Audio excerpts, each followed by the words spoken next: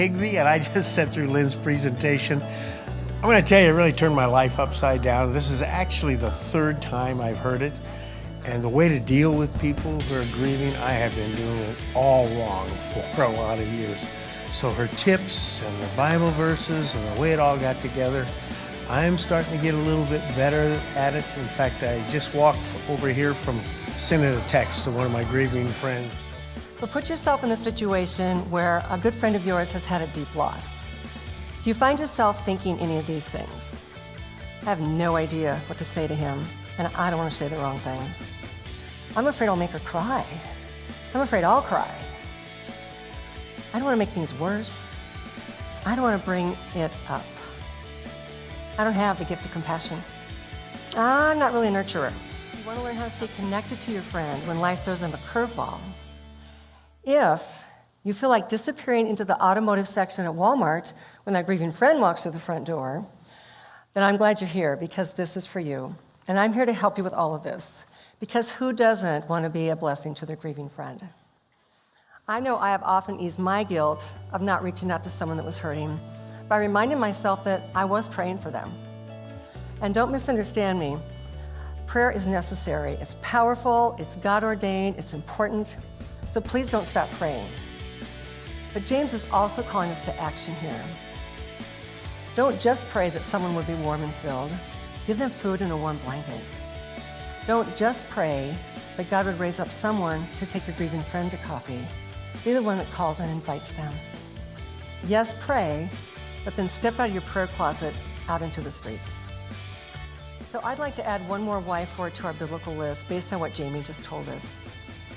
If we feel tempted to step back from our grieving friend, hoping and expecting that someone who does have that gift of compassion steps in for us, if we think that they won't notice that we aren't there, remember this: your absence from their life is not a neutral effect.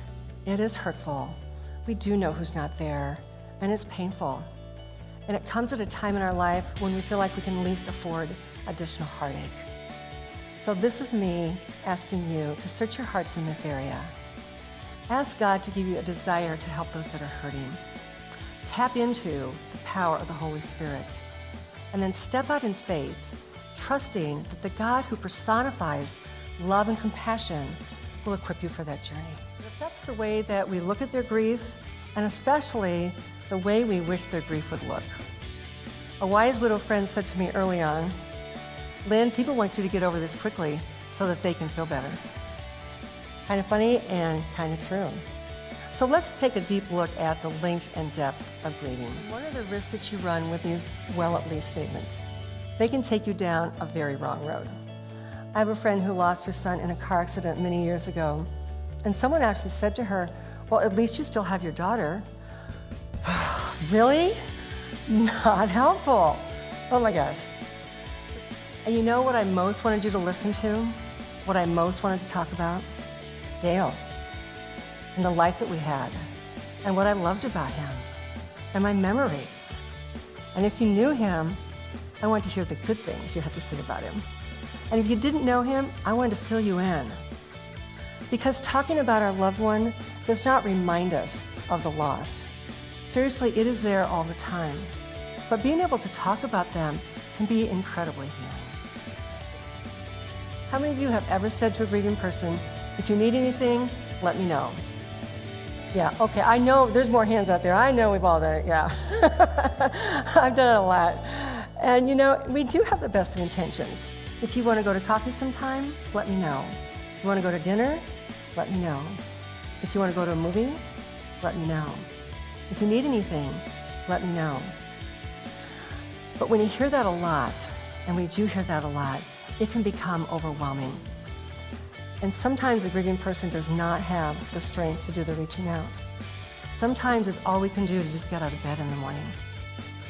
So be the person that calls up and says, "I want to set a date to go to dinner." And then be the person that understands if we just can't do it. But don't give up on it.